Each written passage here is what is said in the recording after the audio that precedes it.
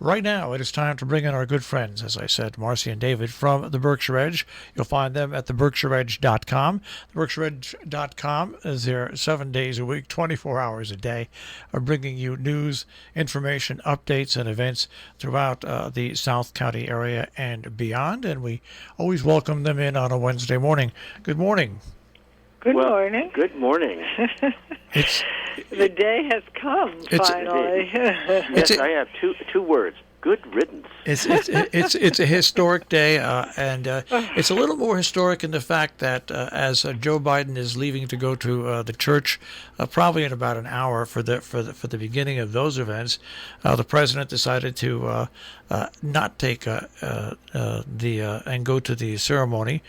He wanted to leave Washington still as president of the United States, and so.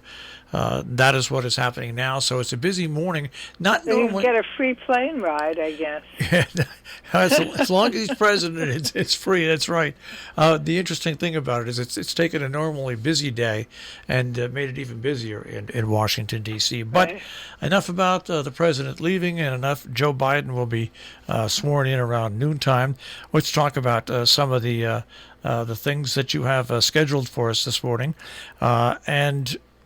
Last night at 9 o'clock, on the eve of the inauguration, Great Barrington residents joined other communities. We had a lot of communities in our immediate area, and the lighting of lights and the ringing of bells to recognize the 400,000 deaths from COVID.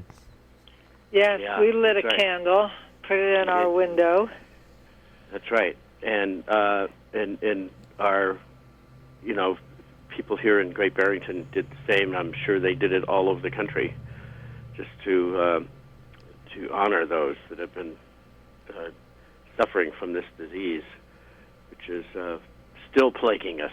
It was interesting in Millerton, New York. Ralph Fedeli went to the old schoolhouse in Sharon. The churches were lit up. And when I watched the event on TV, it was simply amazing to see the reflecting pond with those 400 lights, each representing 1,000 people that have passed away.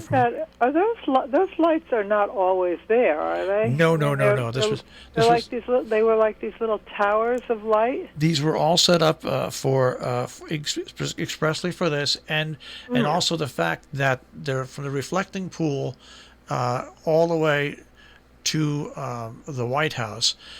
You will have 200,000 flags representing Americans that could not be there because of COVID-19.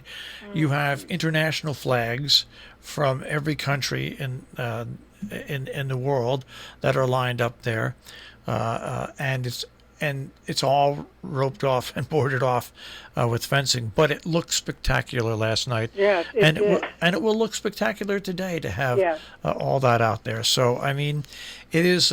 It's almost like a New Year's Eve, a New Year's Day, actually, where the slate gets wiped clean and we start all over again. But I think it was great how this area very quickly joined in yesterday to light the lights and ring the bells. Yeah. It was just a nice show of unity.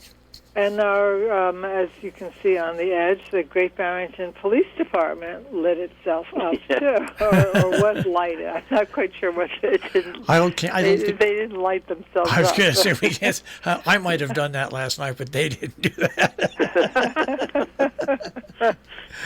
But they got lit. It's just, but it's really nice to see down on the grassroots. Once again, the community's all coming together for that. Well, in this part of the country, at any rate, we forget that we live in this bubble. I mean, there's an alternate reality in communities that we're not familiar with. So, I now am, concerned about what goes on in other parts of this country.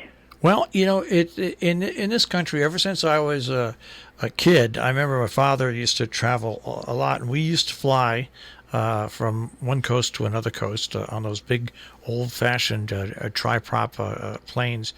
And my father and mother always used to talk about the flyover, how there was the East Coast, even back then, in the late 50s and early 60s, and the West Coast, and the rest of the country was considered flyover.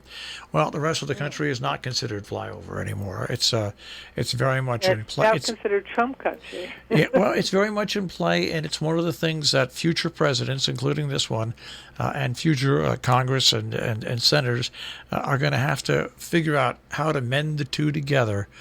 So not always agreeing, but always agreeing that it's one big country. So I think that's one of the biggest things for not only Joe Biden and not only for the House and the Senate, but for future presidents and future representatives as well. It's going to be a long slog, but I hope that this country can do it.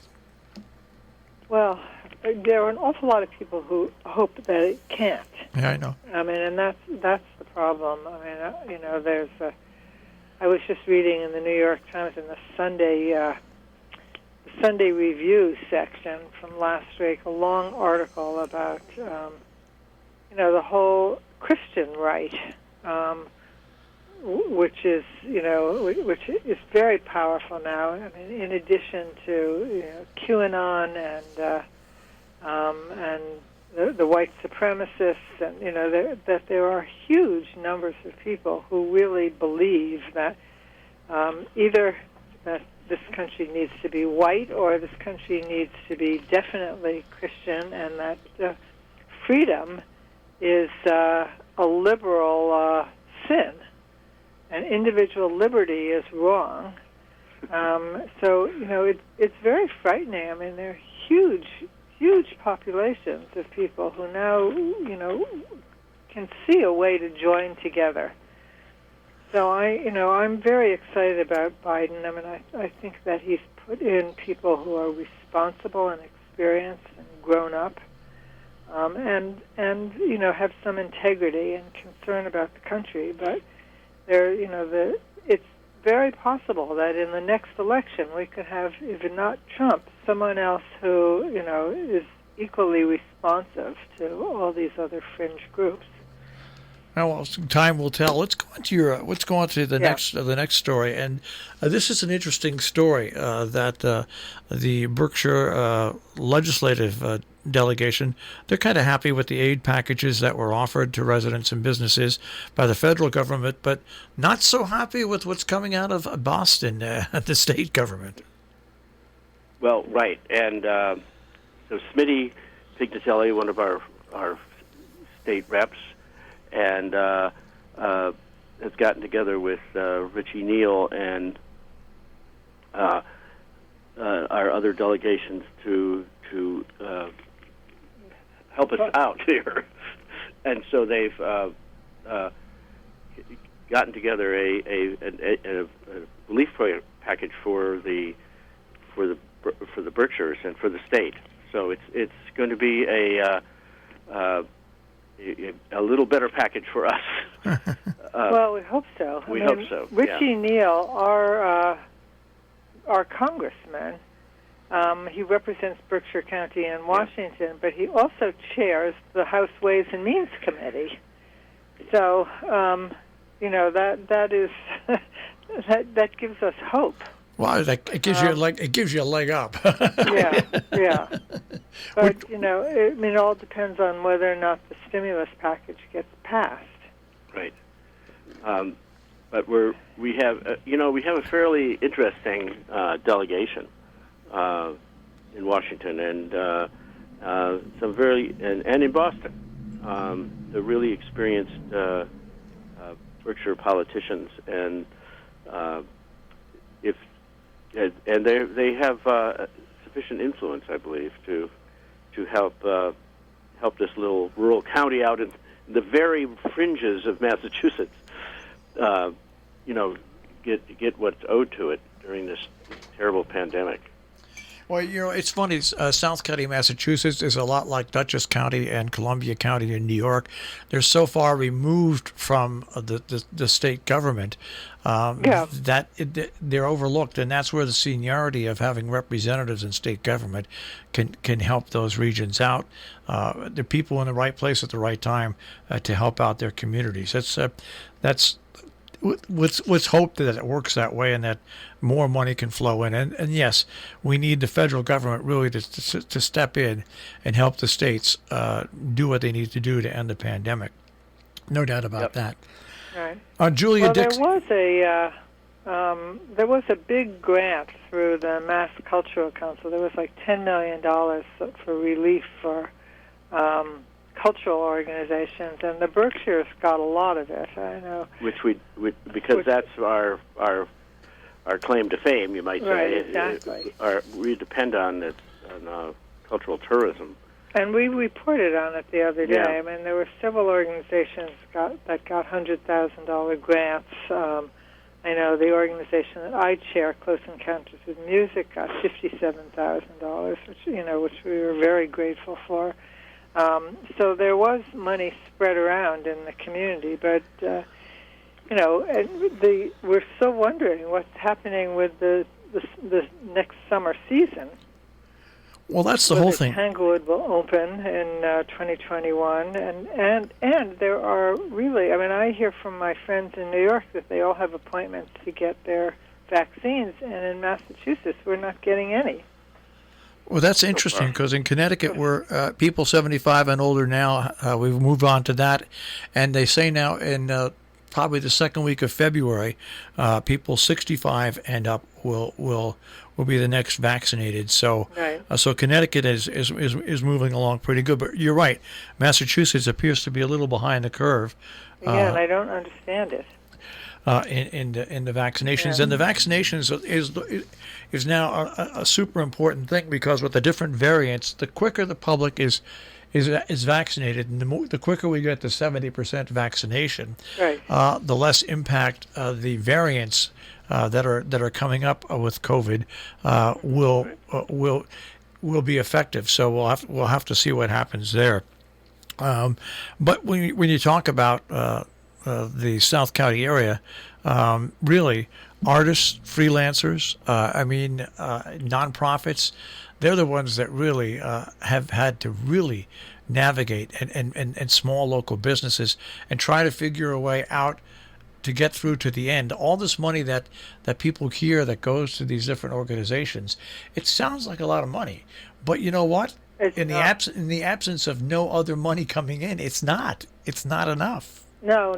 I mean, first of all, there were no ticket sales, which always is 25% of a nonprofit's revenue. It's only 25%, and the rest comes from grants. And it's fundraising. Right, grants through fundraising. It's hard to know how, whether, we have no reports yet on how generous people have been, how individual fundraising has gone. I suspect people have been quite generous, but it still may not be enough, to keep people employed. Yeah. And we have a very interesting article. We now have a Monday concentration of business articles on Monday. So we have Business Monday, and we had a very interesting article this Monday by a woman named Julia Dixon about how artists and freelancers are navigating the pandemic economy. And, some are doing very poorly, and in some cases the pandemic has been a boon. She writes about a woman who gives courses in writing workshops, who ordinarily gave them in person and is now giving them online, and the number of people taking her courses has skyrocketed, and her costs have dropped because she doesn't have to rent a place. So she is doing quite well, whereas other people she writes about who are artists are not. They have lost their. The gig economy is doing very poorly. But we also had another article, which David didn't put on our list, by Jonathan Butler, who is the director of One Berkshires, about the dramatic rise in filing for new businesses not only in Massachusetts but across the country. That the number of applications to the federal government for new corporate designations is up about 15% this year. And so Jonathan's article talks about 3 or 4 organizations where new entrepreneurs can go for technical assistance because people are beginning to start their own businesses. I mean, they have time now, and it's unclear when they'll get back to work, and so it's been an opportunity for people to pursue that dream, or to think, to be prompted to think about an alternative. So, I mean, I find that very interesting, then the number of new businesses that are starting up. And, I guess the one thing we can all hope for out of the pandemic and to what's going on with businesses and nonprofits is it appears everybody is trying to navigate their way and set up things so they can operate. And if you can make it through this pandemic, whether you're a small business, a large business, a nonprofit, you are going to have things in place that will forever make it easier for people to access what you do with all these virtual things. Plus, you will have your regular operation back. That's the bright light that is at the end of the tunnel. Hopefully, that we'll all see. Right. Yeah, because otherwise, dramatic. This area will change dramatically, and it will become a sleepy community if all these arts organizations and businesses cannot survive. It's that important. It's either we all survive together, or else we become a very sleepy bedroom community to the larger cities. Well, and we have no larger city nearby. You don't either. That's what makes it even worse, because then more and more you're going to rely on retail over the internet, and that is just disastrous. So it is disastrous. We'll see. Right. I mean, we'll see whether the cultural economy upon which this region has come to depend, as the larger those industries, at General Electric and up in North Adams, it was Sprague Electric, which employed so many people, have disappeared, and were supposed to have been replaced by the cultural economy, so-called. We'll see what's going to happen. Yep. What is our next? What are we evolving to? I guess is what we're asking. That's exactly right. Well, we'll find out. Yeah. Our next article is. We'll find out. but we do have a story by our columnist Leonard Court about the influence of mass mocha on the city of North Adams. I mean, talk about what you do when the largest employer in town ups and leaves. It's an interesting story, and he does conclude that mass mocha has been a tremendous boon for. I mean, it's not replacing all the jobs, but it is. It's been a tremendous help. Well, it's not only been a tremendous boom for the local economy, it's been a tremendous boom for, once again, the economy of everything from Northwest Connecticut, adjacent Eastern New York, right up through Massachusetts. Yep. It's been a big attraction that brings people to the area. Right. Yep. And that's how important. I remember when Mass Mocha first started out, people were questioning what's going to happen in in a town that's so. They have really, really done an amazing job to bring people in to the area, and then people, once they're in and they do go to Mass Mocha, go to other events in the area. It's just they've done a great job. Yeah. Well, Mass Mocha also is a site where it has theaters and other. It's a site for not only visual arts. Yep. But for performing arts too. Yeah, and they've been, and they're often quite edgy. So it's really an interesting and world-class institution, actually. And there's nothing quite like it in the Northeast, actually. Well, so it's really a gem. We got about 3 minutes left, and I want to talk about your next thing, the last one on here, and that is Sarah Wright's account of getting the COVID-19 vaccine. Oh yes, this is a lovely little story about her. She calls it the bearable lightness. The bearable lightness of being, the bearable lightness of being vaccinated. Being vaccinated, right. And it's a great relief, finally to be able to. By the way, we have not, Marcy and I have not yet been vaccinated, and so lucky for Julia Dixon, but no, Sarah Wright. I mean Sarah Wright, and but it's an amusing and lighthearted way of looking at what is actually a very anxiety-producing situation for all of us, So we recommend that as it's an interesting read. Well, yeah, and it is. I mean, it's. But I have to say that the rollout of this process of being vaccinated has been I think a disaster. Because no one knows exactly how to. There was no way that everybody really understood how to do this. It's been every man for himself, as it were, and it's just been a terrible calamity for so many people. Well, that's the lack of coordination between the federal government and the states. It's if you don't have the money or you don't have the systems in place to do this the correct way. If you're a small state, Connecticut has done extremely well in it so far, and other states with less populations have done it. But if you're a state that has a fairly large population and a fairly expansive state, you have problems upon problems upon problems, and there's no money there. You have to find the money first and hope the feds will come up with the money later. It's Well, yes, and also I think it helped to be a Republican state.